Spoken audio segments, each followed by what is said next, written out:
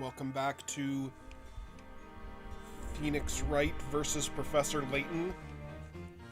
And we're going to be doing a little recap here. This is it, Maya's trial. We were finally able to make some headway in this case. Seems like they're trying to accuse her of that other incident too. We're dealing with one tough customer. The real culprit is a witch. That much I'm certain of. But the question is who?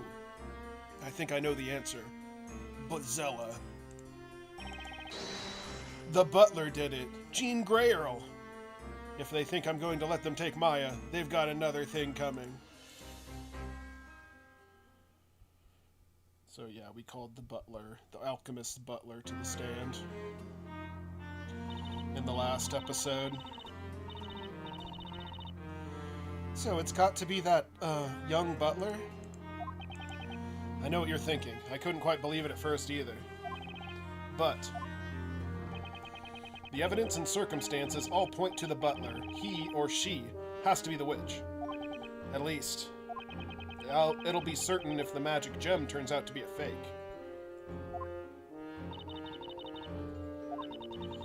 But if that's the case, then Belduke's murderer was also... Yeah, it would be Grey Earl. No, it can't be true. He wouldn't have done that. Espella. I know, Jean. He held Sir Belduke in the greatest of respect. Jean didn't kill him, I'm sure of it. Jean Grey Earl, are you really what people think you are? There's still so many unknown factors in this trial. Ah.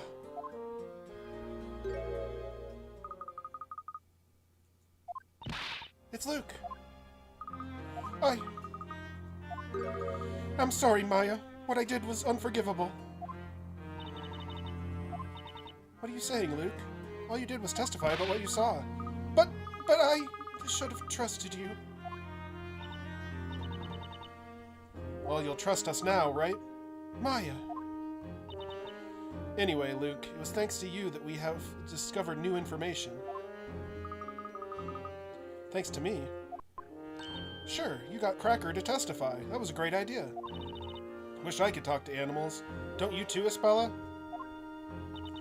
Oh yes, I'd love to have a chat with Eve. So, Luke, would you teach us how to do it? Pretty please? Yeah, of course, I can try. Yay, that's a promise, right? Mr. Wright? What is it, Luke? Do you mind if I join you from now on?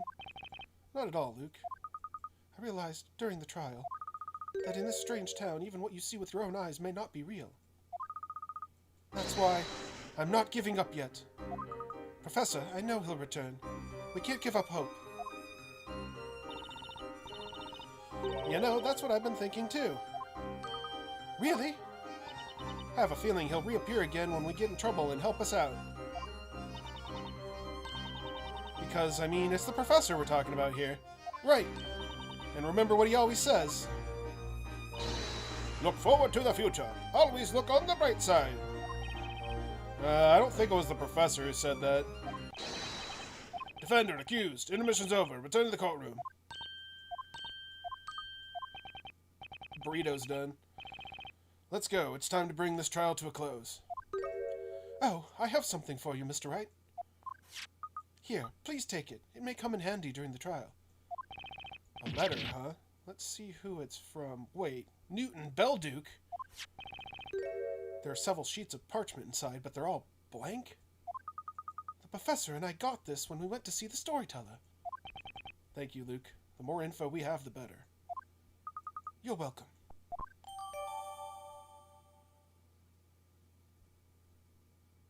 Yeah, thanks for the garbage. I've got no proof that it was Jean Grey Earl who turned the professor into gold. Even if the magic gem is a fake, it's still not decisive evidence. I don't know what will happen next, but I do know that this battle is far from over.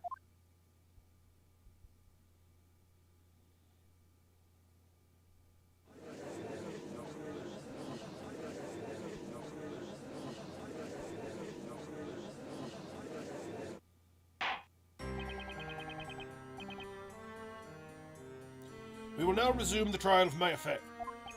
First things first, the occult crime analysts have finished examining the evidence. They have tested the 2 magic gems from the Witch's Scepter. Goldor floated on the surface of the water, whereas Familia sank. It was said that genuine magic gems float in pure water, wasn't it? Thus, it has been established that the Familia magic gem is a fake. Murmur, murmur, murmur. Order, order in the court!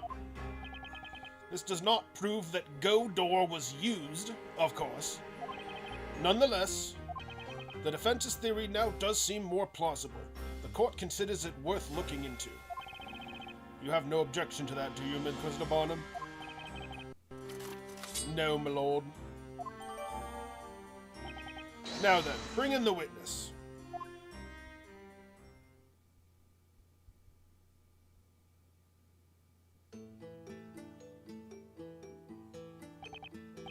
Witness, state your name and profession. My name is Jean Grail. I serve the late Master Belduke. Since his death, I have been attending to his dwelling and putting his research materials in order. I don't know what it is, but I feel like there's something a bit different about Grey Earl today. Witness, there is something we need to clarify first of all. As you are no doubt aware, you have been accused of being a witch. Therefore, it is vital that you tell us. Are you a boy or a girl? What a small-minded question. Please hold on.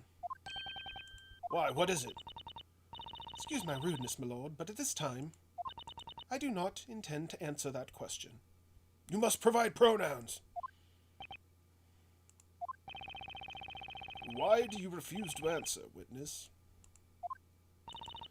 I had been following this trial from the gallery, so I'm fully aware of the utterly absurd accusations made against me. Alchemy, the art pursued by Master Belduke, is concerned with the rules and logic that govern nature. As someone who has been helping Master Belduke for quite some time, I dare say your theory is both illogical and impossible. Objection! The Witch's Scepter was thrown into the crime scene through a portal created by the magical spell Godor. That portal could only have been opened from your room. And what's more, one of the walls in your room is painted green. I believe anyone is free to paint their walls in whichever color they please. Besides, your theory relies on one magic gem being a fake. While that may have been proven true, another question has arisen. Where could the genuine magic gem be? It must have been swapped with the fake one and discarded somewhere. I'm afraid that's impossible. Why? If we assume, as you have claimed, that the witch used the spell Godor, that would mean that the magic gem must have been swapped after creating the portal. So tell me, when and where would the witch have disposed of the magic gem? I see your point. Several people paid witness to the incident, and the Knights of the Inquisition arrived at the scene immediately after. During that time, no one left the building and the whole place was meticulously searched. Naturally, my room was searched as well, although there was not much to see as I have few personal belongings. Despite our inspection, nothing resembling a magic gem was found. I assure you, we have not overlooked anything.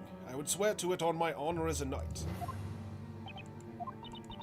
So, Mr. Wright, if you wish to accuse me of being a witch, should you not first prove that there is a connection between me and this missing magic gem? Furthermore, I would appreciate it if you could please approach the matter in a rational way, like an alchemist. The house was searched very soon after the crime.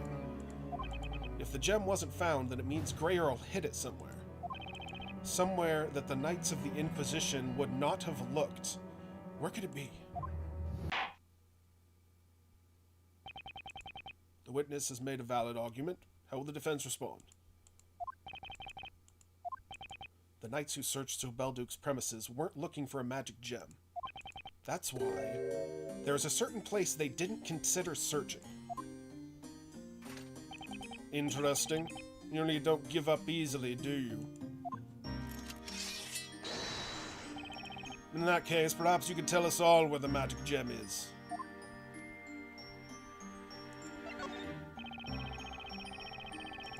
Sir Belduke's premises were thoroughly searched. I don't think anything would have been missed there. You anticipate that, and that's why you hid it in a blind spot that you knew wouldn't occur to the knights. A blind spot, you say? Well, where is it? It's somewhere on Jean Greyrell's person. What? It's on the witness? Don't tell me the witness has it in their pocket. You're just guessing, aren't you? You think you can just say anything you like? By the way, I'm afraid there are no pockets in my clothing. And this is the second time I've seen Greyrell today.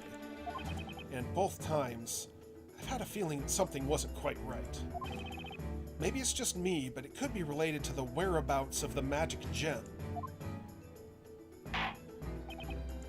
Defense, show us the location of the magic gem.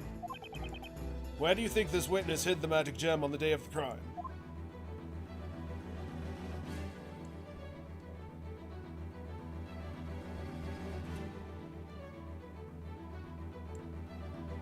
Got it!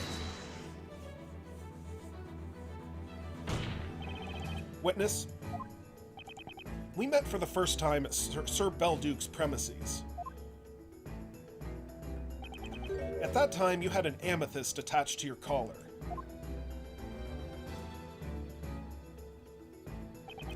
Oh, that's right. Mr. Greyrell always wears that gemstone. Alchemists believe that amethysts emit positive energy. Amethysts are purple. But when I saw you in the waiting room this morning, the gemstone you were wearing was green and not purple.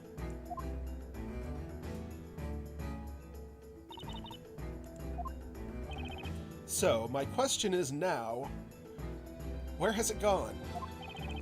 Where is that amethyst that you supposedly always wear?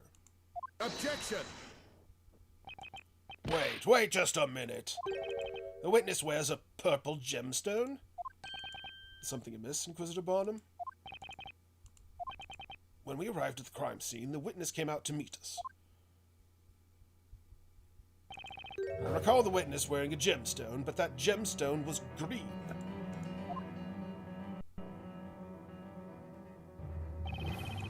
Green? Amethysts aren't green, although amateurs sometimes mistake parasolite for amethyst, but that's irrelevant now. Witness, you've been trying to pin the blame on the defendant. In order to do that, you replaced the Godor magic gem with a regular gemstone. We thought the witch who killed Sir Belduke had used the spell Familiar. You knew that if a witch's scepter with the Familiar and Goldor magic gems attached was discovered at the crime scene, the suspect would be accused of committing both crimes, and that's precisely what happened. The girl captured at the crime scene was accused of slaying both Sir Belduke and Sir Layton. That was your plan. You removed the Godor magic stone from the scepter and inserted your amethyst in its place. And then, you attached the Godor gem to your collar. That's why, when we saw you shortly after the incident, you were wearing a green gemstone. To think that was in fact a magic gem.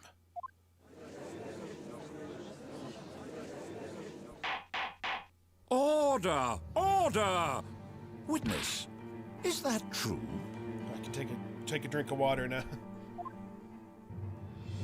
This amounts to nothing more than conjecture. I do not believe you have any solid proof. However,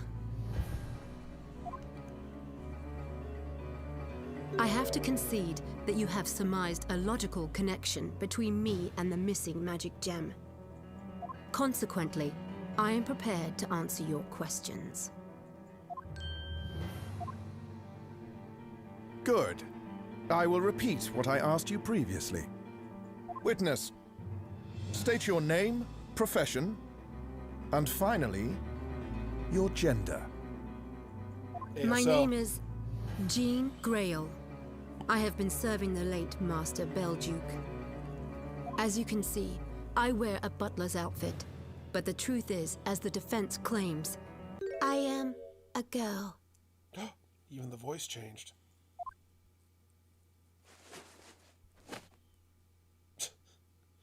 The big reveal. A girl? Unbelievable. What? The butler is a girl?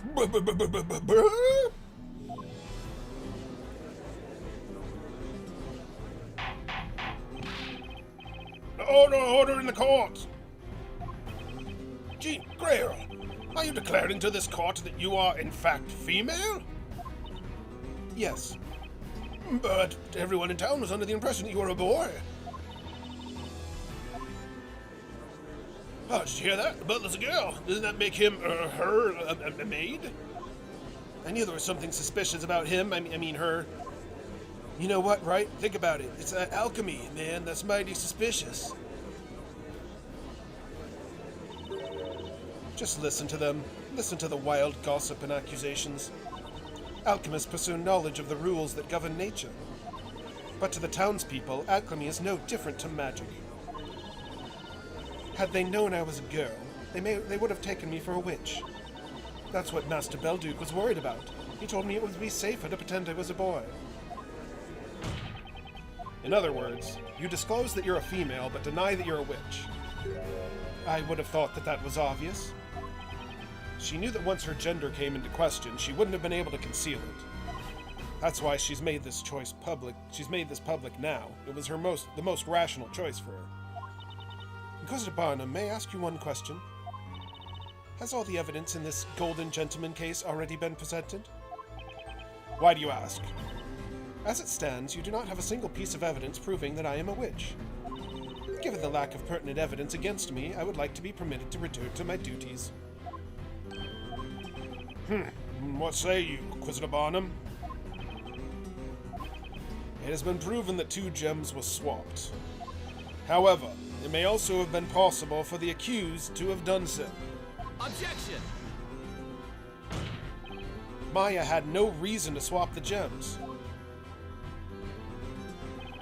This is a place of judgment. There's no need for us to understand the reasons behind a criminal's actions. Huh? After all, those whom we judge are otherworldly creatures. They are witches. It is impossible for a human being to understand the reasoning of a witch. Is there nothing we can do? At this rate, Maya will be... Barnum still thinks Maya's a witch. We've made it this far, and yet it feels like we're back at stage 1. Luke's a little distracting back there. It seems there are no more rational arguments against me. Now, if you'll kindly excuse me. I don't have much on Grey Earl when it comes to the professor's case. But should I just let her go? There's nothing else I can follow up on regarding the professor's case. So what can I do? There's only one other option. Miss Grey Earl, I have to ask you to remain at the witness stand. Is there something else you wish to ask me? Your testimony is not over yet. There's still something you need to tell us about.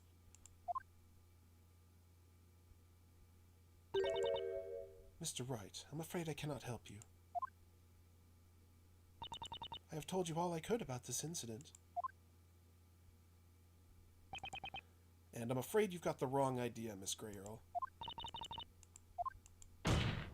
Your Honor, what this witness needs to testify about is not the professor's unfortunate incident, but rather the incident from 3 months ago, namely Sir Belduke's death. As she was present in the building at the time, working as a live-in butler, she needs to testify about the events of that day. About Sir Belduke's death?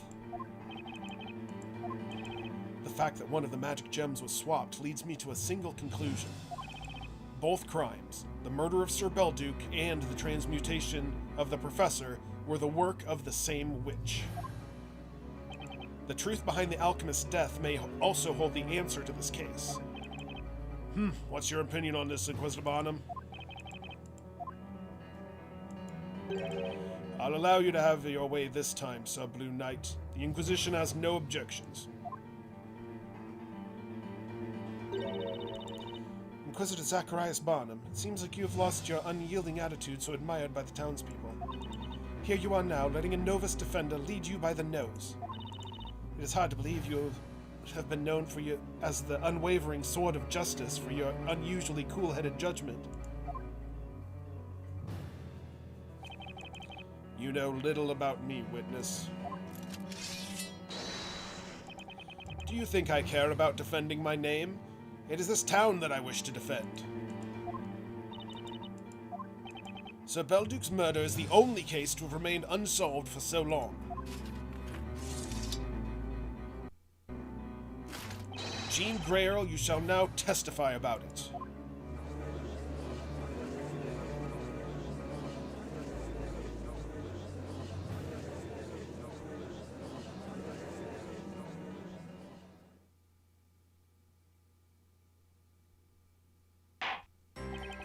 As demanded by both the defense and the Inquisition, the witness will testify about Sir Belduke's death. Any questions? No, my lord. I must, however, mention one more thing before we begin. If it cannot be proven that Jean Grail is a witch, as claimed by the defense, the court will irrevocably consider Maya Fey to be the witch responsible for both crimes. Is that understood? You have no choice, Sir Blue Knight. If you don't want the trial to end right now, ready your sword and face the challenge that awaits. But the opponent is a real witch. It's a gamble that puts Maya's life at stake. Nick! Nick! Maya.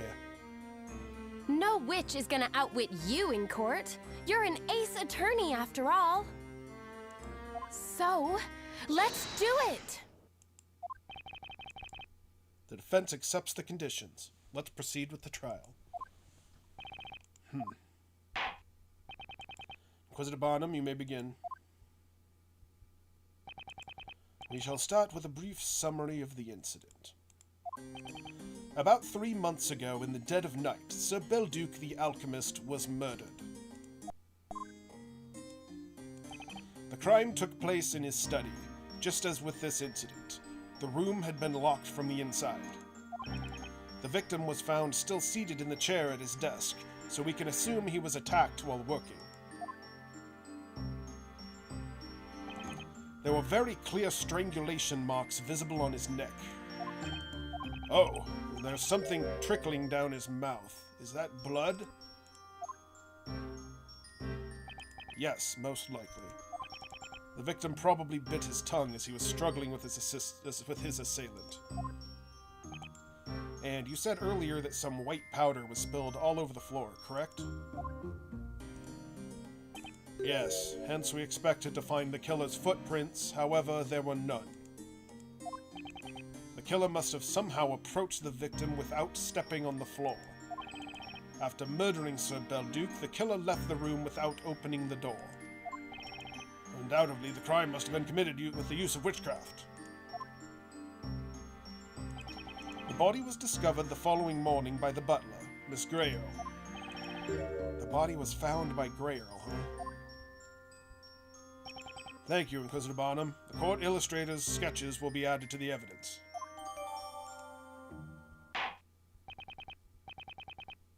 Now, witness, begin your testimony. Tell us about the events spanning the night of the crime, from the evening beforehand until you discovered the body.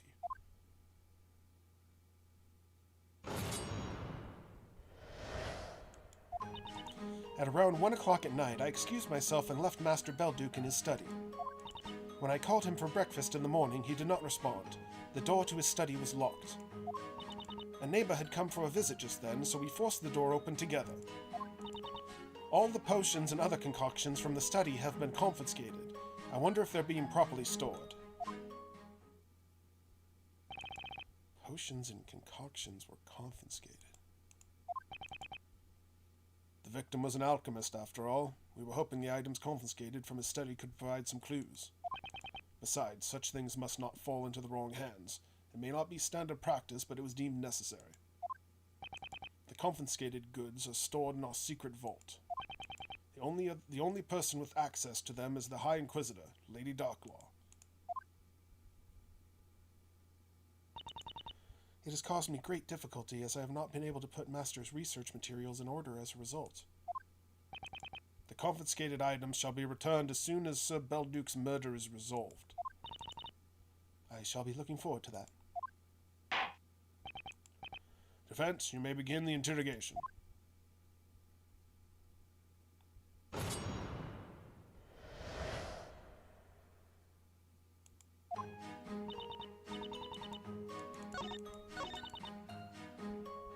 Hold it!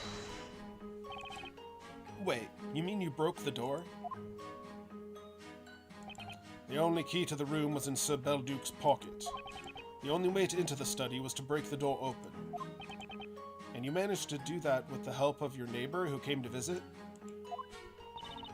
Yes, it wasn't a social visit, mind. He came as a patient. A patient? Can you tell me more about him? Objection! The victim's neighbor is irrelevant. He has nothing to do with this case. I think you're pushing it this time. A witness is hardly irrelevant. What's got him so shaken? He looks as if he's just had a rush of blood to the head. Master Belduke had been making very potent medicines, among other things. Would get people coming from the town at all hours of the day or night asking for them. And yet, in return for all the help the Master offered, people would gossip about him dabbling in witchcraft. So you broke the door together with a neighbor? Yes, when I explained the situation to him, he brought over an axe. Then he proceeded to attack the door with great force, smashing it to splinters. I see. By the way, about that neighbor... Hold it!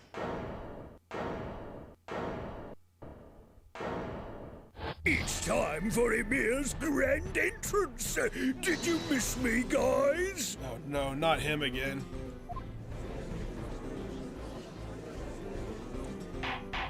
Order! Order! Could it be that it was you who... Where are you looking, old man? I'm right here. And as for who I am, I'm the alchemist's neighbor and a witness in that case too.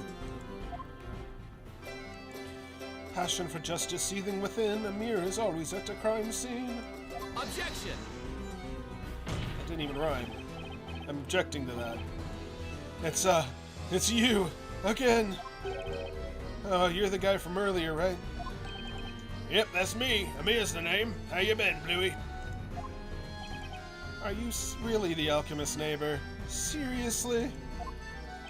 I know, right? Free coincidence, eh? But yeah, his house is next to mine. Ridiculed earlier, Emir returns, drinking like a king, he never ever learns. That's why I tried to stop you from asking about the neighbor. Huh? What's so cold and quizzing about him? Unable to hold his steady cold gaze, Emir drinks fast as if in a daze. And the musician standing next to you.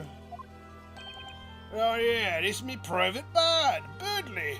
They're a musical genius. Hold on, dear me. Oh, dearie me. The gang's all here. Well, no use shutting the stable door after the horse is bolted. Let us move on. Witness, since you're already here, you may as well add your testimony. Testify about what you witnessed on the morning after the crime. You can count on me.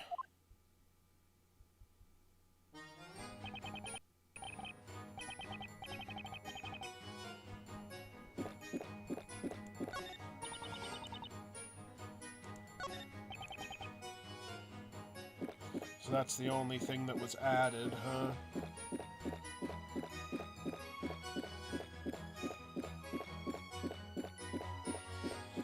Actually, I think I'm gonna leave it here for now, and, wow, look at him go. I think I'm going to, we'll continue this trial next time on Sunday, and hopefully we'll be able to get through it. And if not, well, guess we'll do it next weekend. So, hope everyone has a great weekend, and join us back on Sunday. We have more of the Inner World, The Last Wind Monk, tomorrow and Monday, so check that out as well, and we'll have more the rest of the week. So, yeah, hope you enjoy, and have a good one. Later.